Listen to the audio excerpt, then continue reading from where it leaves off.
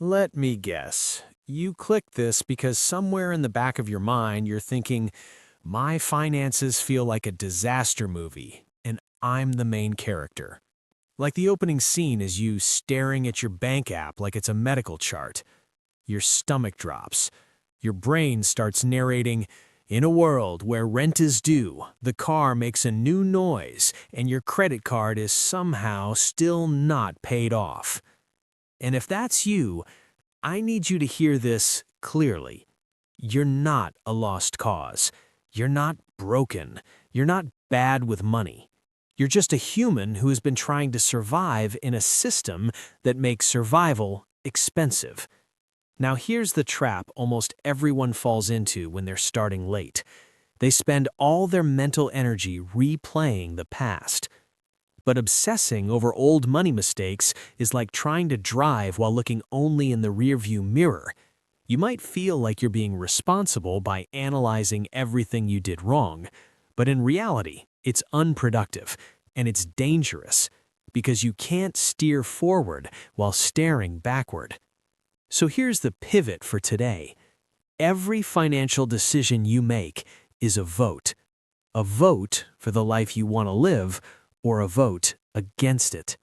And the beautiful thing, seriously, the beautiful thing is that you can change direction at any stage. Starting late doesn't disqualify you. It just means your next decisions matter more. Let's talk about why financial stress feels so physical. Because financial insecurity isn't just a math problem, it's a biology problem. When you don't have a buffer, when one surprise expense can knock you over, your body treats that like a threat. Your nervous system stays on alert. You're tense, you're reactive. You make decisions from panic. That's why the first milestone I want you thinking about is not become rich. It's not invest like a genius. It's build a safety net. Because even relatively modest emergency savings can dramatically reduce financial stress and improve financial well-being.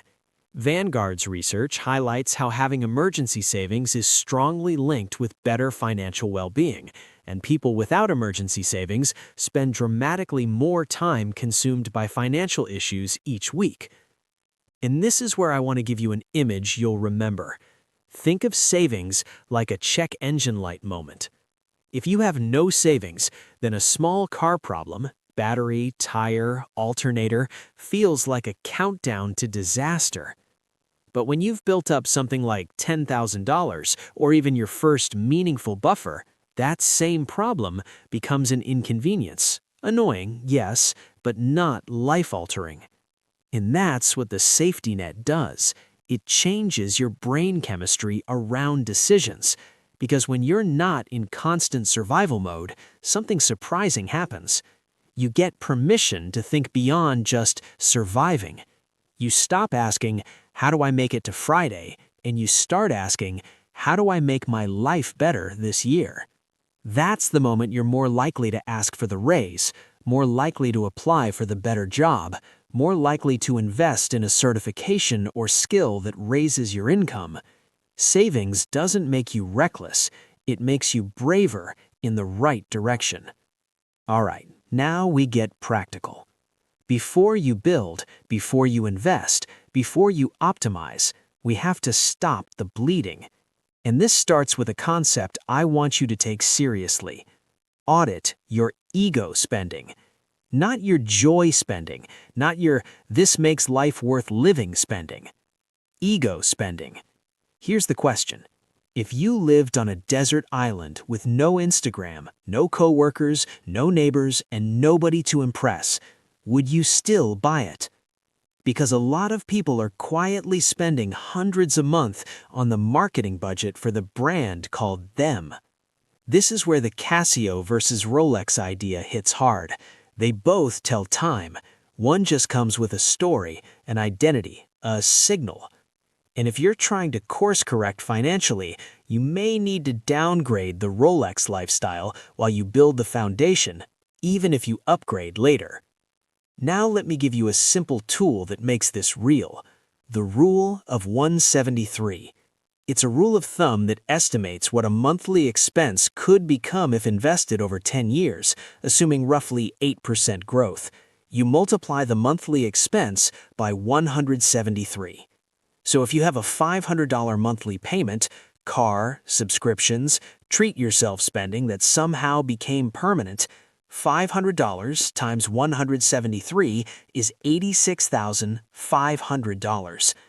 That's not a guilt trip. That's clarity.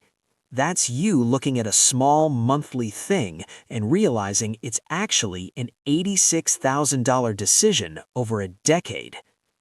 Now, debt. We have to say this without sugarcoating. Bad debt, like high-interest credit card debt, is like paying someone to punch you in the face repeatedly. And you're not weak for being in it. You're human. That's what it does. It keeps you trapped. Good debt is different. Good debt is something you use, carefully, to acquire an asset that grows or improves your future earning power, like certain education paths or a mortgage that's sustainable and aligned with your life. But good debt still has rules. If it doesn't move you forward, it's not good debt. It's just debt wearing a costume. Now, the strategy, the course correction. Step 1. Free money first. If your employer offers a 401k match and you're not taking it, I'm going to be lovingly blunt. That is you turning down an instant, guaranteed return. And a lot of people do it.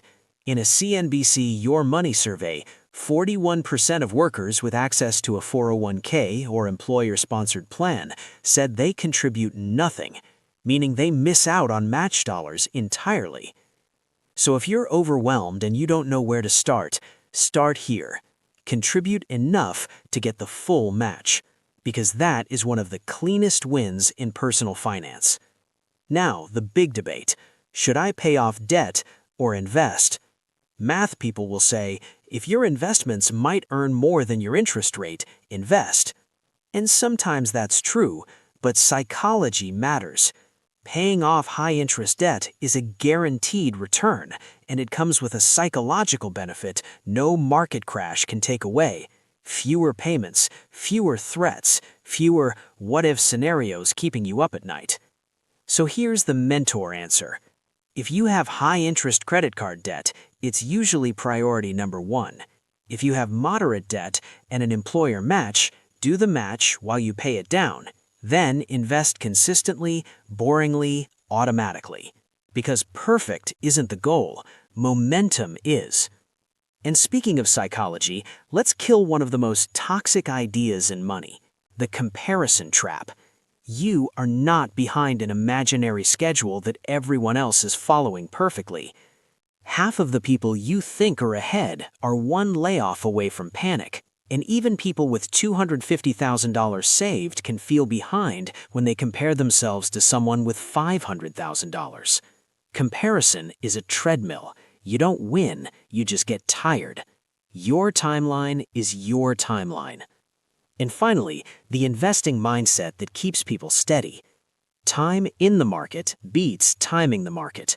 Trying to wait for the perfect moment usually costs more than it helps.